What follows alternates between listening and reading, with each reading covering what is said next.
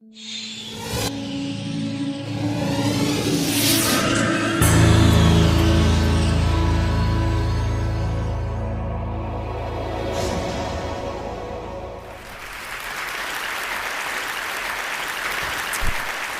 I want to talk today about money and happiness, which are two things that a lot of us spend a lot of our time thinking about, either trying to earn them or trying to increase them. And a lot of us resonate with this phrase, so we see it in religions and self-help books, that money can't buy happiness. And I want to suggest today that in fact that's wrong, and that I'm at a business school, so that's what we do, so that's wrong. And in fact, if you think that, you're actually just not spending it right, so that instead of spending it the way you usually spend it, maybe if you spent it differently, that might work a little bit better. And before I tell you the ways that you can spend it that will make you happier, let's think about the ways we usually spend it that don't, in fact, make us happier. We had a little natural experiment. So CNN a little while ago wrote this interesting article on what happens to people when they win the lottery. It turns out people think when they win the lottery their lives are going to be amazing. This article is about how their lives get ruined. So what happens when people win the lottery is, number one, they spend all the money and go into debt. And number two, all of their friends and everyone they've ever met find them and bug them for money. And it ruins their social relationships, in fact. So they have more debt and worse friendships than they had before they won the lottery. What was interesting about the article was people started commenting on the article, readers of the thing. And instead of talking about how it had made them realize that money doesn't lead to happiness, everyone instantly started saying, you know what I would do if I won the lottery? And fantasizing about what they do. And here's just two of the ones that we saw that are just really interesting to think about. One person wrote in, when I win, I'm going to buy my own little mountain and have a little house on top.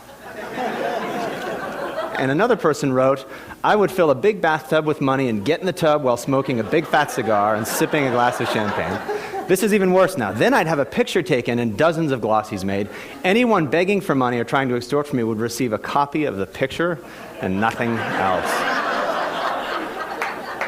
And so many of the comments were exactly of this type, where people got money, and in fact, it made them antisocial. So I told you that it ruins people's lives and that their friends bug them. It also, money often makes us feel very selfish, and we do things only for ourselves. And we said, well, maybe the reason that money doesn't make us happy is that we're always spending it on the wrong things, and in particular, that we're always spending it on ourselves.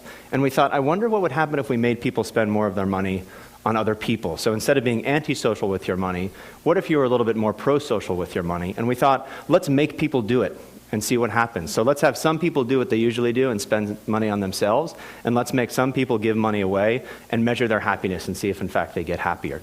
So the first way that we did this, on one Vancouver morning, we went out on the campus at University of British Columbia, and we approached people and said, do you want to be in an experiment? And they said yes. We asked them how happy they were, and then we gave them an envelope. And one of the envelopes had things in it that said, by 5 p.m. today, spend this money on yourself. So when we gave some examples of what you could spend it on. Other people in the morning got a slip of paper that said, by 5 p.m. today, spend this money on somebody else. Also inside the envelope was money, and we manipulated how much money we gave them. So some people got this slip of paper and $5. Some people got this slip of paper and $20. We let them go about their day. They did whatever they wanted to do. We found out that they did in fact spend it in the way that we asked them to. We called them up at night and asked them, what'd you spend it on, and how happy do you feel now? What did they spend it on? Well, these are college undergrads, so a lot of what they spent it on for themselves was things like earrings and makeup. One woman said she bought a stuffed animal for her niece. People gave money to homeless people. Huge effect here of Starbucks. So if you give undergraduates $5, it looks like coffee to them, and they run over to Starbucks and spend it as fast as they can. But some people bought a coffee for themselves the way they usually would, but other people said that they bought a coffee for somebody else. So the very same purchase, just targeted toward yourself or targeted toward somebody else. What did we find when we called them back at the end of the day? People who spent money on other people got happier. People who spent money on themselves, nothing happened. It didn't make them less happy, it just didn't do much for them. And the other thing we saw is that the amount of money doesn't matter that much. So people thought that $20 would be way better than $5. In fact, it doesn't matter how much money you spent. What really matters is that you spent it on somebody else rather than on yourself. We see this again and again when we give people money to spend on other people instead of on themselves. Of course, these are undergraduates in Canada, not the world's most representative population. They're also fairly wealthy and affluent and all these other sorts of things. We wanted to see if this holds true everywhere in the world or just among wealthy countries. So we went, in fact, to Uganda. and ran a very similar experiment. So imagine instead of just people can, we say, name the last time you spent money on yourself or other people, describe it, how happy did it make you? Or in Uganda, name the last time you spent money on yourself or other people and describe that. And then we ask them how happy they are. Again, and what we see is sort of amazing because there's human universals on what you do with your money and then real cultural differences on what you do as well. So for example, one guy from Uganda says this. He says, I called a girl I wish to love. We basically went out on a date, and he says at the end that he didn't achieve her up till now. Here's a guy from Canada, very similar thing. I took my girlfriend out for dinner, we went to a movie, we left early, and then went back to her room for only cake, just cake only. Human universal, so you spend money on other people, you're being nice to them, maybe you have something in mind, maybe not, but then we see extraordinary differences. So look at these two.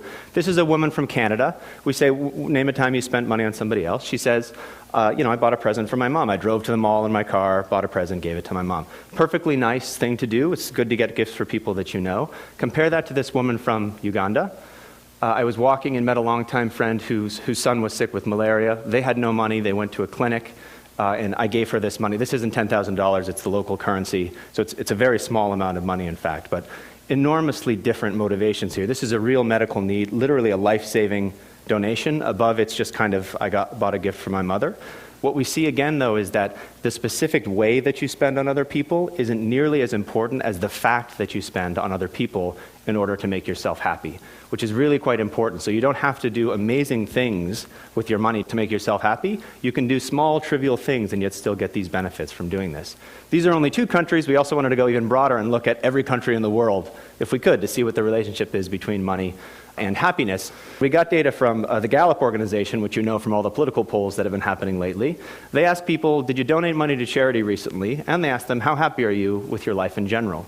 And we can see what the relationship is between those 2 things. Are they positively correlated? Giving money makes you happy, or are they negatively correlated? On this map, green will mean they're positively correlated, and red means they're negatively correlated. And you can see the world is crazily green. So in almost every country in the world where we have this data, people who give money to charity are happier people than people who don't give money to charity. I know you're all looking at that red country in the middle. I would be a jerk and not tell you what it is, but in fact, it's Central African Republic. You can make up stories. Maybe it's different there for some reason or another. Just below that to the right is Rwanda, though, which is amazingly green. So almost everywhere we look, we see that giving money away makes you happier than keeping it for yourself. What about your work life, which is where we spend all the rest of our time when we're not with the people we know? We decided to infiltrate some companies and do a very similar thing. So these are sales teams in Belgium. They work in teams. They go out and sell basically to doctors and try to get them to buy drugs. So we can look to see how well they sell things as a function of being a member of a team. Some teams, we give people on the team some money for themselves and say, spend it however you want on yourself, just like we did with the undergrads in Canada. But other teams, we say, here's €15. Spend it on one of your teammates this week. Buy them something as a gift or a present and give it to them. And then we can see, now we've got teams that spend on themselves, and we've got these pro-social teams who we give money to make the team a little bit better. The reason I have a ridiculous piñata there is one of the teams pulled their money and bought a piñata, and they all got around and smashed the piñata, and all the candy fell out and things like that. A very silly, trivial thing to do, but think of the difference on a team that didn't do that at all, that got €15, put it in their pocket, maybe bought themselves a coffee, or teams that had this pro-social experience where they all bonded together to buy something and do a group activity. What we see is that, in fact, the teams that are pro-social sell more stuff than the teams that only got money for themselves. And one way to think about it is, for every €15 you give people for themselves, they put it in their pocket, they don't do anything different than they did before, you don't get any money from that. You actually lose money because it doesn't motivate them to perform any better. But when you give them €15 to spend on their teammates, they do so much better on their teams that you actually get a huge win on investing this kind of money. And I realize that you're probably thinking to yourselves, this is all fine, but there's a context that's incredibly important for public policy, and I can't imagine it would work there. And if he doesn't show me that it works here, I don't believe anything he said. And I know that what you're all thinking about are dodgeball teams. This was a huge criticism that we got, to say, if you can't show with dodgeball teams, this is all stupid. So we went out and found these dodgeball teams and infiltrated them, and we did the exact same thing as before. So some teams we give people on the team money, they spend it on themselves. Other teams we give them money to spend on their dodgeball teammates. The teams that spent money on themselves, they're just the same winning percentage as they were before. The teams that we give them money to spend on each other, they become different teams, and in fact they dominate the league by the time they're done. Across all of these different contexts, your personal life, your work life, even silly things like intramural sports, we see spending on other people has a bigger return for you than spending on yourself. And so I'll just say, I think if you think money can't buy happiness, you're not spending it right. The implication is not, you should buy this product instead of that product, and that's the way to make yourself happier. It's in fact that you should stop thinking about which product to buy for yourself and try giving some of it to other people instead. And we luckily have an opportunity for you. DonorsChoose.org is a nonprofit for mainly public school teachers in low-income schools.